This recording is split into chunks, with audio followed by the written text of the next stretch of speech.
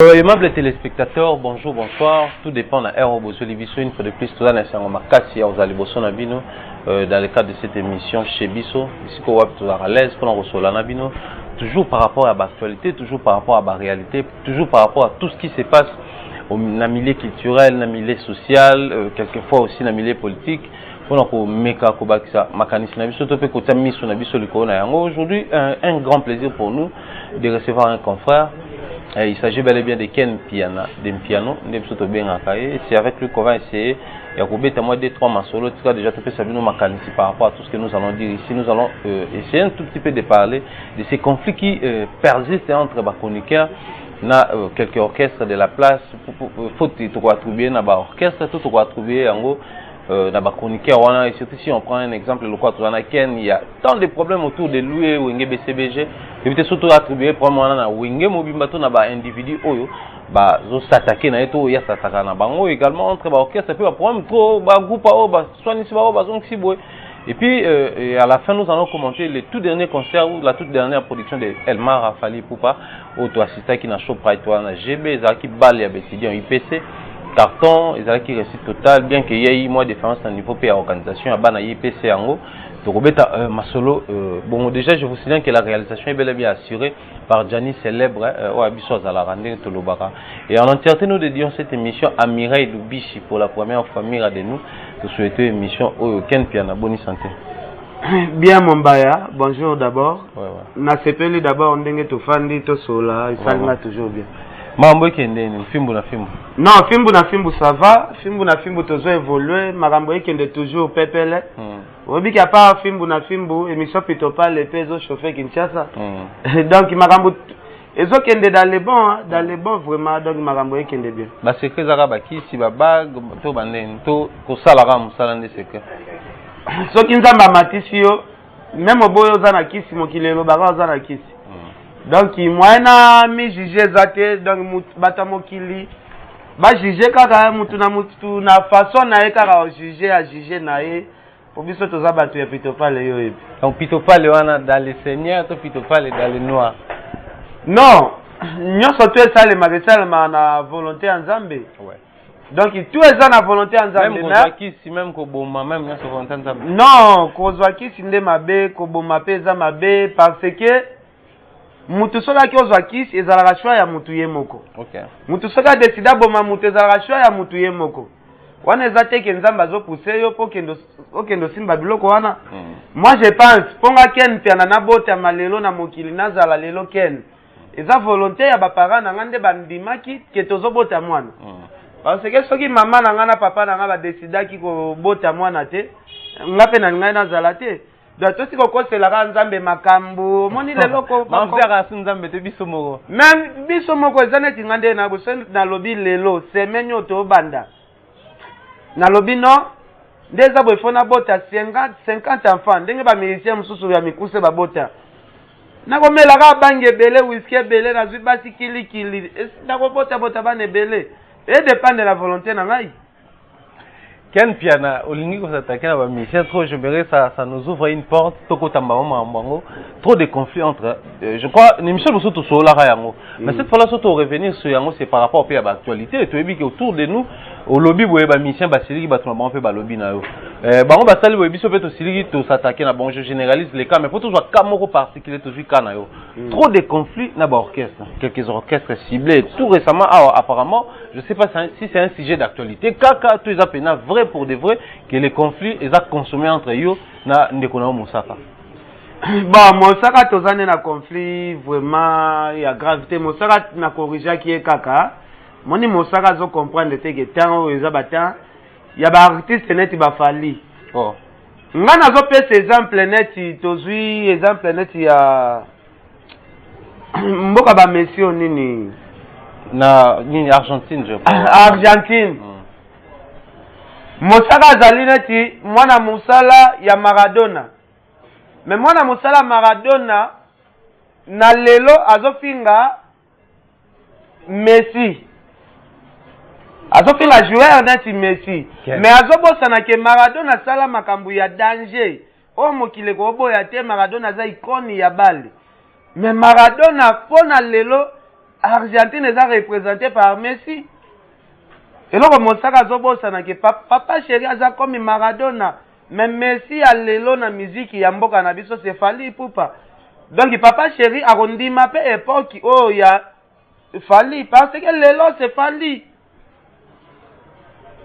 Lelo c'est Fally, Fally nde mutaza na actualité, Fally nde mutu lelo Congolais nyo sazo tie l'espoir que yende mutu azo mene musique na biso, yende biter ya musique na biso, yende azo mema musique na biso to kende na sur le plan international. Lelo batu bana Argentine ba tala pena Coupe du Monde. Joueur na bango bana espoir na yeza sou Maradona te. Pour Maradona puis photo ba ngabeta la souste. Kasi ya mona papa chéri beta non ndou le temps yo so image ya ko illustrer que papa chéri Maradona Fally Ipupa Messi. C'est bon bien par rapport à l'expérience to makamsu mais papa chéri azo beta non musique. Donc c'est normal surtout tout le monde Mosaka pa zo ko s'attaquer na ba par rapport à ndou le. Bon, mamba ya toza la ba journaliste to kende tout do bit. Ouais. Papa chéri pa beta na sur album te. Ça c'est vrai parce que bas des matchs de promesse na bimate. Kasi yango na répondre yo lobi no. Papa chéri azo beta yango na lobi boy. Fallait azo bimisa ba album chaque année mais papa chéri abimisaka te. To kende ba 8 ans. Donc ezola que bango ba sala déjà nyo. Et là, on papa chéri a prouvé biso sou yasika. Bah moi que papa chéri n'a plus rien à prouver. Est-ce que yo zasi papa chéri a beta album il y a danger les sous net denga beta ba TH va faire de l'amour. Mais bah promettre biso que balle de match les albums nene vous allez bien. Yo zo boya nene. Non, balle de match ko zala album il y a danger et ko zala ka ndenge to mona ka match ya ba vétéran. Maradona ke ko beta na ba vétéran ba ancien joueur. Les tout mon match beta maki équipe de France il y a année 98 contre FIFA ba Zidane ba beti ba joueur toi kala ba beti. Mais oui, c'est ça. Donc balle de match aux en forme. Mais lelo siko na ndenge compétition. Au mona ke Messi azana Real et Messi azana Barcelone, Cristiano azana Real, o santi pena compétition ya lelo. Papa na sonyo kalonga beta kati lelo concert. Ouais. Presque chaque dimanche. Bon, yebi sala concert au père na sonyo kalonga zo beta mema ye wapi. Oh écoute, c'est le mbongo memele ba prêtre na ye ba. Yamana lobe écoute c'est la mbongo mais memele actualité moko te, sur le plan international.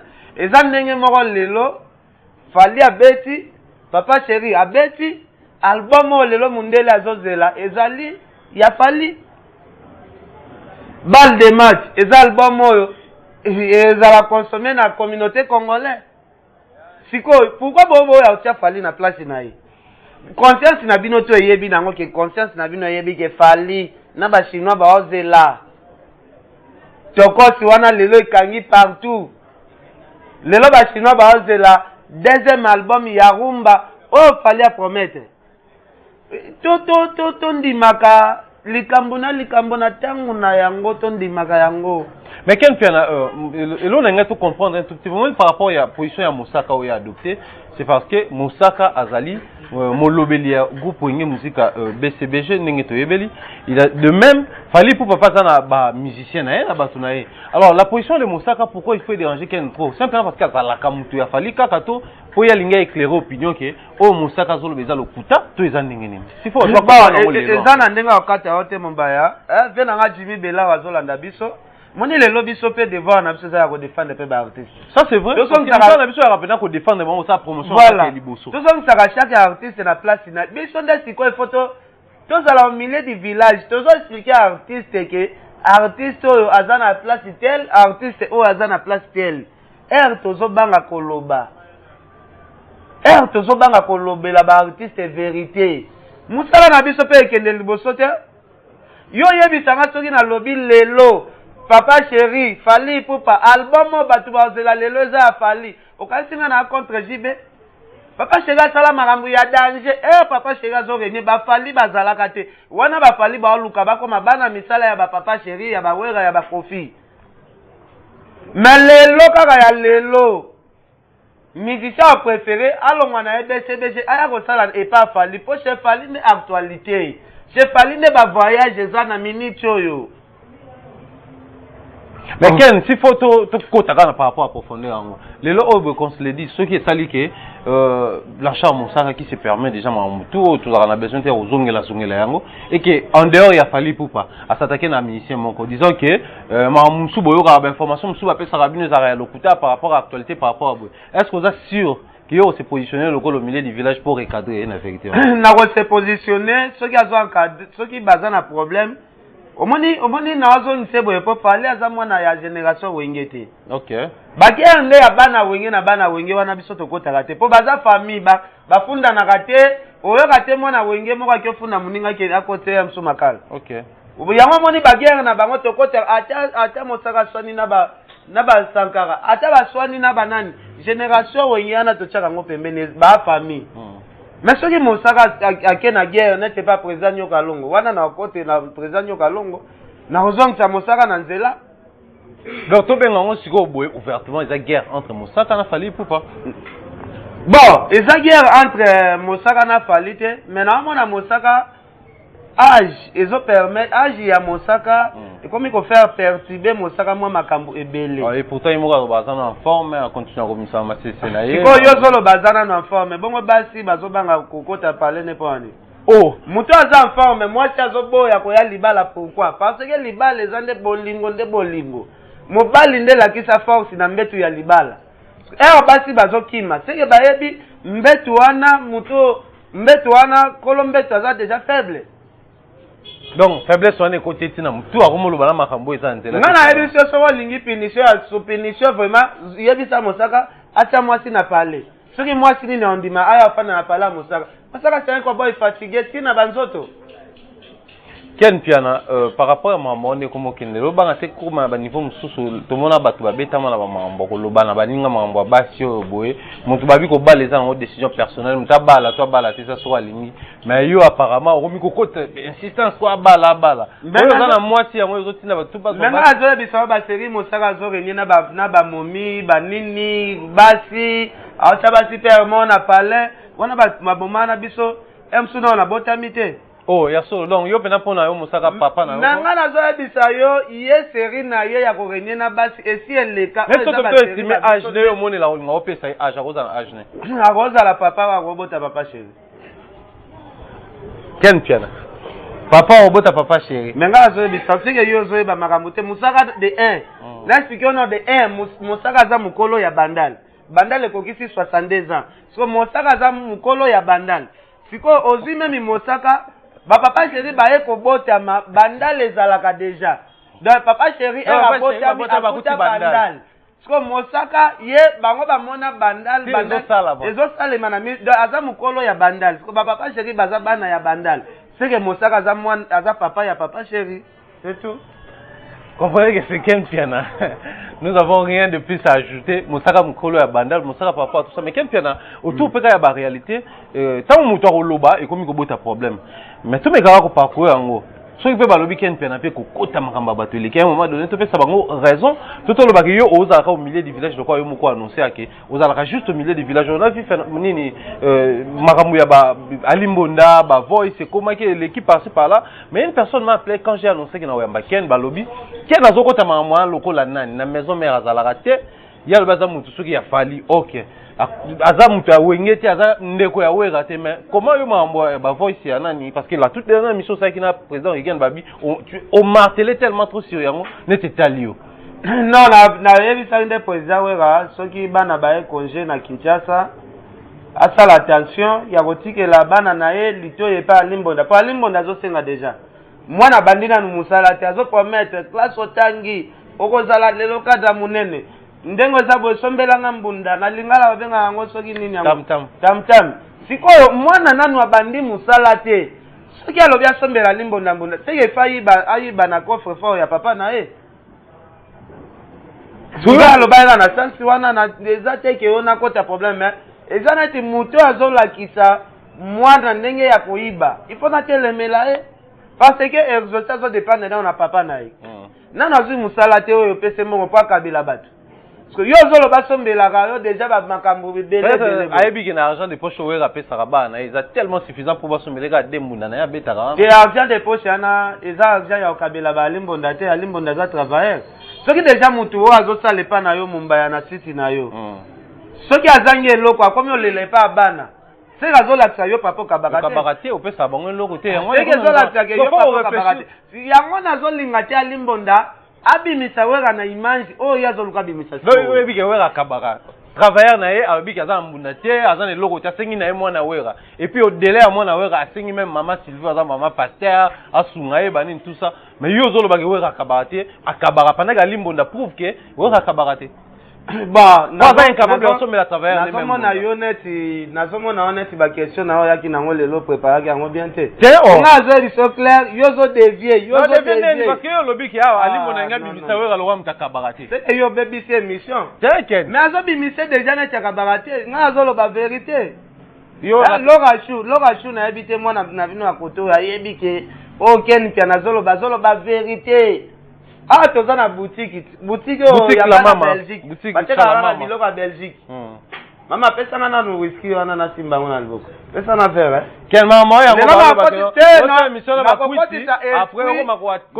nakokotisa esprit ya bamusicien neti oyo basala na Karine Mokonzi émission na te ya pwiti eza mission sana pe basala ozomemelanga na ndenge musicien moko asala na Karine Mokonzi émission en pleine ikuti ya whisky émission nini et en plus cité pe mission pour Karine ça pe na mission belé quand même toye bandenge ni so préciser te après ba ko lo bana ko mi ono baza mukolo bandalo ba obi msawera neta kabate finalement ba ko ba kena ko mosomba ba guerre na oya non nga zo somba guerre te vena nga Jimmy Bela vel Luison Ombata vena ngai Mamadou Aricho Boss Junior Mawete kolo ba avion kolo ba jet Junior Mawete vena nga Gauthier Mascotte bazolanda biso na sombeloko momba omoni boro soki ezalaki musicien moko Karine Mokonzi yamba sangisango na noir nde émission esebeba ikala na bakestion ozopose donc bosipportane bakestion vérité te parce que soyo olobi vérité nini yozobangande mutu nazoyebi so vérité yozokima vérité mais par rapport à toutes ces réalités là tout le bani espoir ni parce que musicien est toujours à Limbonda musicien travaillera pas à Weranson na ba information suka toujours que Limbonda ne fait plus partie et orchestre à Weranson a commis pas héritier selon dernière information toujours qui information et longo ba habiter azo betane na miel de son na studio par rapport à mon vanine mais yemo on a voix ça veut dire que maman na sama balokutanga na za mwana na yo banine tout ça s'il faut tout analyser à venir ni pour ba musicien même na justice mutalo ba langage à Limbonda ba condamné déjà ba boge na makala celui qui s'excuse s'accuse parce que il y a zone qui se défendre président Kolanda batute boy c'est que il y a ça la makambo ya zolo bana po ba poser question moko te eza voix yo moko comme bilobalo kasi te yé moko azo se faire juger non président Kolanda te bana neske na ko kende pa na bango c'est que ya kenda kuna yango moni azolo ka contredire makambo ya zo sala parce que ceux qui na ndenge ba image to yebi ki azana ba image oyo akendaki epa héritier alobaki biloba aloba epa héritier siko ate ozowangana me baimage wana mpe towangana toloba alimbondo akendaki na concert ya héritier eza alimbondo ya double Ken Piana, je crois la situation est une des choses qui préoccupent avant tout quand on a point de vue sur la chute situation à maman à Limbo na telo vers moko mela na no continue on est là vers mon bimba après c'est ça bon yo zo boya whisky ndeni ozo boya whisky yo mo utulu baki no ba mission msuba mela whisky en pleine émission il a vu ça va kasi o meli kala donc on va émission Tiens, vous me l'obad global bat. Yo me ça. Yo lobi que lobi ça va tu global bat. Ken na me ça nango. Yo me ça whisky. Donc comprenez que c'est l'ambiance d'ici avec Ken Piana. Mais Ken quel avenir pour la musicien sur les sa lecture. Un grand musicien ou abeta na orchestre ya munene local Limbonda. Faut tout préciser que Limbonda uta na wenge tanga na mobimba. Si ba Pentagone on ti ko bima ya zala ki déjà na wenge. Limbonda ngwa chance si to bosana. Mais à la fin de carrière bon toujours exemple na yé parce que musicien basé belo pe ba obima na ba fin carrière. To lo ba ni poza ne mutu asima zane mutu mbunda. Nde ils ont permettre de s'organiser au point que munda fasenga ngala au contredire yango mena ngapena yoka yo par rapport parce que toi na Paul ngo yo to benga le perk aza na orchestre na ye mais ye na orchestre na yembaka te abetaka mbunda et puis kaka na mbunda wana tomoni par-ci par-là abeta na Bill Clinton abeta na ba place ebele na ba festival ya minene ya jazz tomona bato baka obeta baloko akanza ba musicien minene babengaka ye kaka pona mbunda wana alors ba musicien par rapport à l'esprit de orchestre est-ce qu'avenir eza na bato sima ba guitariste ba tambunda na ba drummer ngai lo na osenga président wera soto taye na ba ancien nyoso tu ya wenye muzika maison mère. Je pense à Limbonda Aza doyen moi je pense président wera yeba Limbonda même avant yeba Papi Kakon. OK. Mais non senga président wera kaka asunga vi à Limbonda soki pende bakenda mo États-Unis wana ya mwa ba une semaine 2 semaines ba me marane fiske à Limbonda ko sala bien. Pour eloko na mona kati ya Limbonda eza ba souci eleki trop. Oh. Souci l'équipe à venir à bana azo se sentir net aza délaissé azo se sentir net balingi ndenge bazala lingi bosote soki mouvement zo voyager ye na liste ba tchaka ete da président wera a aidé kaka azongise kaka na kati ya bolingo azala pesa e vraiment na yake bisaka même bana yake bisande alimbo da ko comme ça bana na isaki moibi.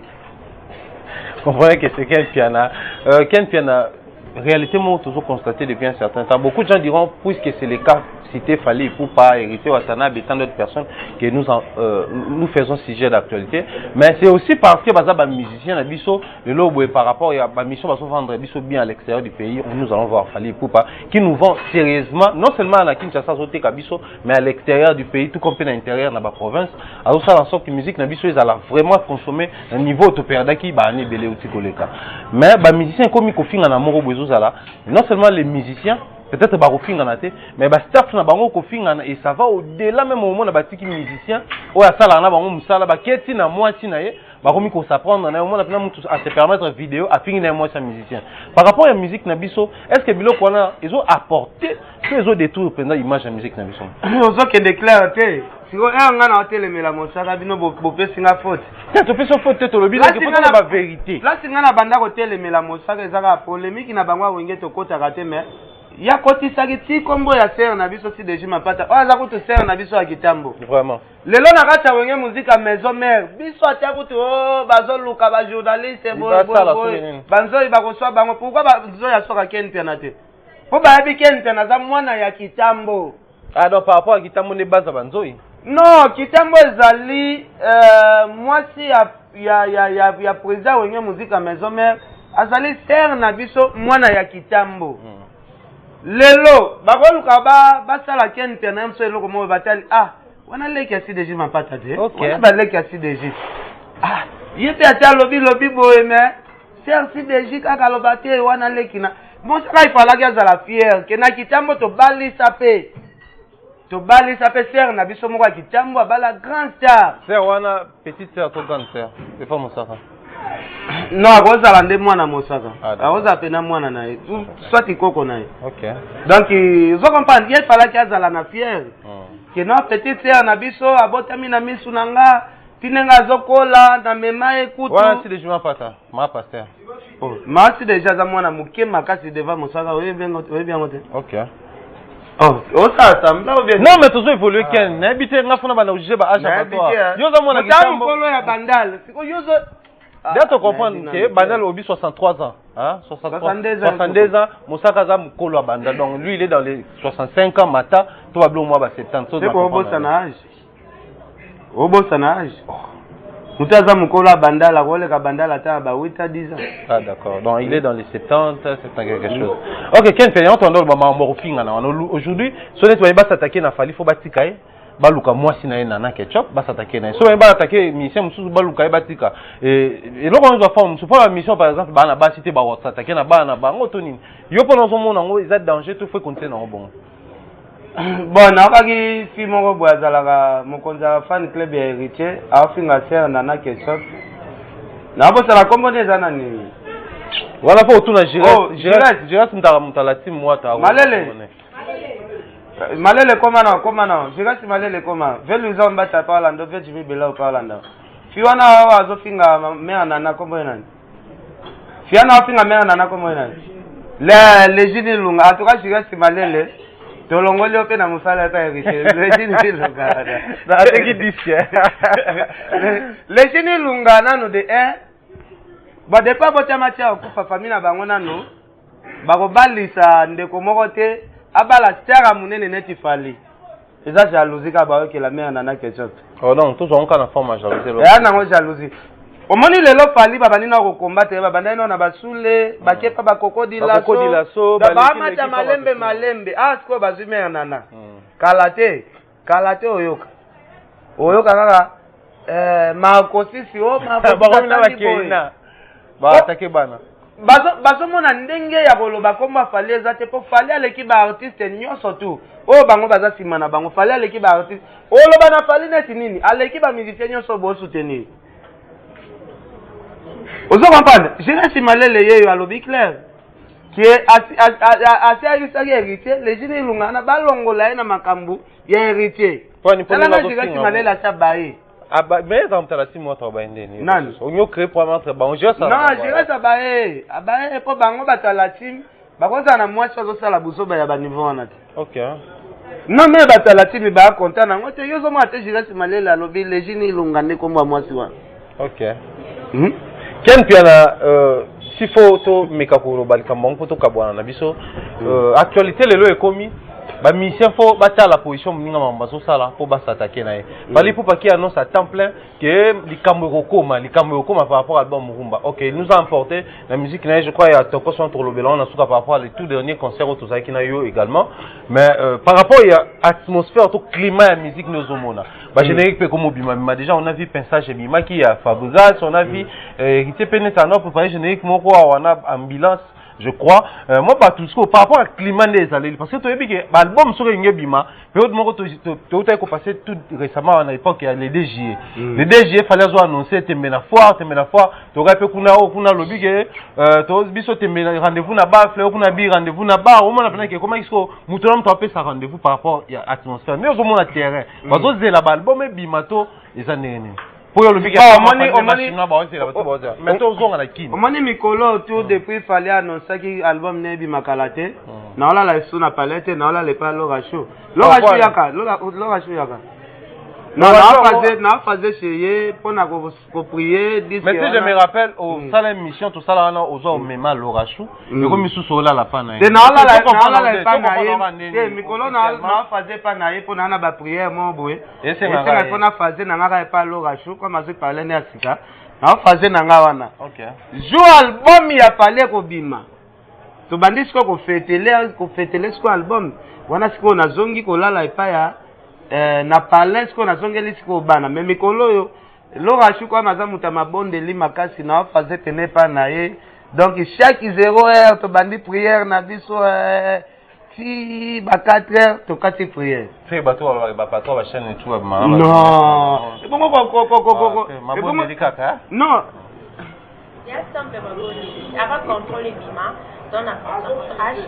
Mais quel est le mot en pleine émission peut-être que vous allez noter abaki ndeko mosaka so pour accommoder fatigué mais il y a un nom de force c'est toi mais là la fin on a ma bonne délire c'est pas fatigué moi c'est par rapport à ça c'est pour y a la force nous autres même force nous dire non c'est quoi raison hein raison l'autre c'est mamba yo penoto là yo na moi pena basi balinga wote donc yo ko ke olala na olala pa mwana mwasi donc faut luka obima na ira kobima ndeni moi mwasi akoza la master na yo bo fazaka na ye bo pede afanda na mwa mwasi ndeni so yo komi no pede po mama ba ki pede to lembiango yo komi pede to on a la pede ndeni emso na zai pa na ye ayebi makambo nga na osala kuna ayebi emso bato na aka na bango na aka faze emso na faze na Laura Show ba fi na nga pe ona za na bango na to fanda pe place moko to fandi lisolo po na déranger esprit na ete bato bazo accompagner nga na faze chez baza bana basi.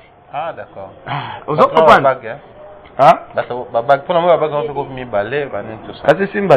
Si non simba. Kasi simba na. Expliquer non babag. Bon simba ba ya bag ya libene. Tanga likolo ba komeni. Te expliquer non. Po na moni alo griffe ya nini.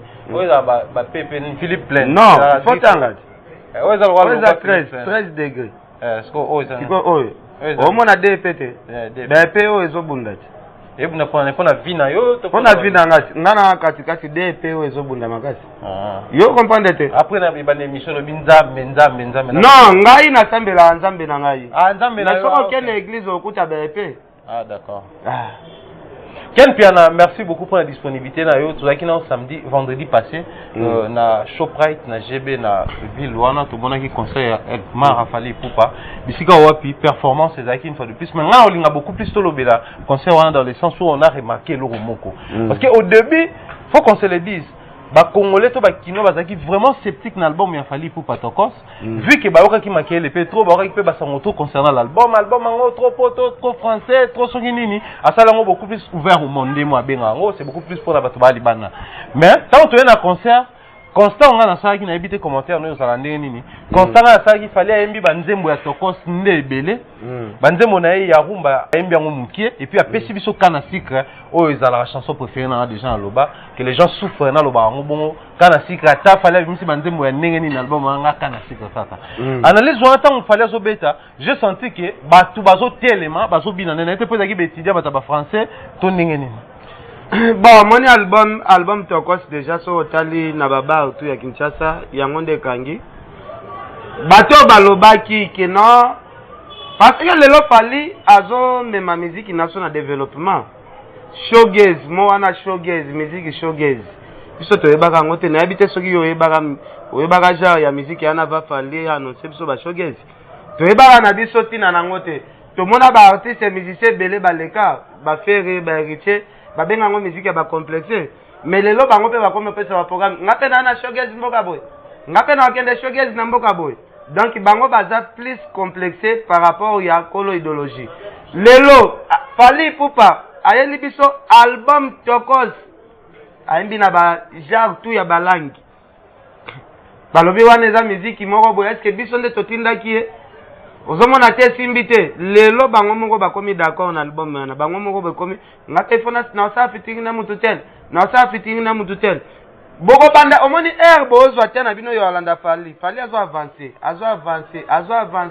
de bozomi pese car ya musika olie bango baluka ba innover pe makambo mususu bango balandaka Fali asali bango baluka balandaka Fali asali yango nazo bisayo musique ya Congo eko progresser te parce que ba fallait même développement yango na lobi boy musique ya Congo eko avancer te na sens nini Congolais toyebi lelo na Congo koma soki muto ateka nguba na point moko bo nguba ane marché danger omona bateki nguba pe bifo babimaka ibele na même coin lelo Fali musique fasa zo memela mutu nyosa lingi abetaka genre ya musique ya Fali bozana bote ndenge moko te bozana taille ndenge moko te bozana voix ndenge moko te akeli akotala yo muto za mukuse alingo sana na yo fitringi tie Akeli a posé la condition par rapport à taille aux assures. Mais oui, mais les taille américain à contre la taille.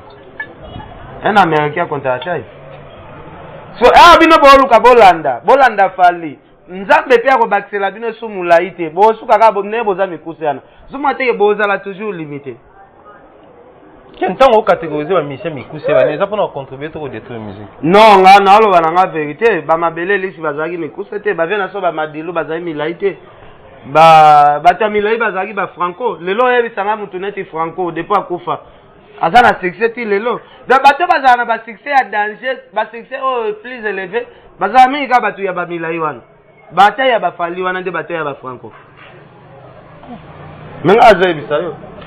Tiens, merci beaucoup, mais par rapport au concert, au moment où les cas qui atmosphère, je crois que l'image est balancée. Concert et les cas qui très bien, malgré ça, qui organisation étudiant, moi, publicité, c'est ma mingue zalagité. Ouais.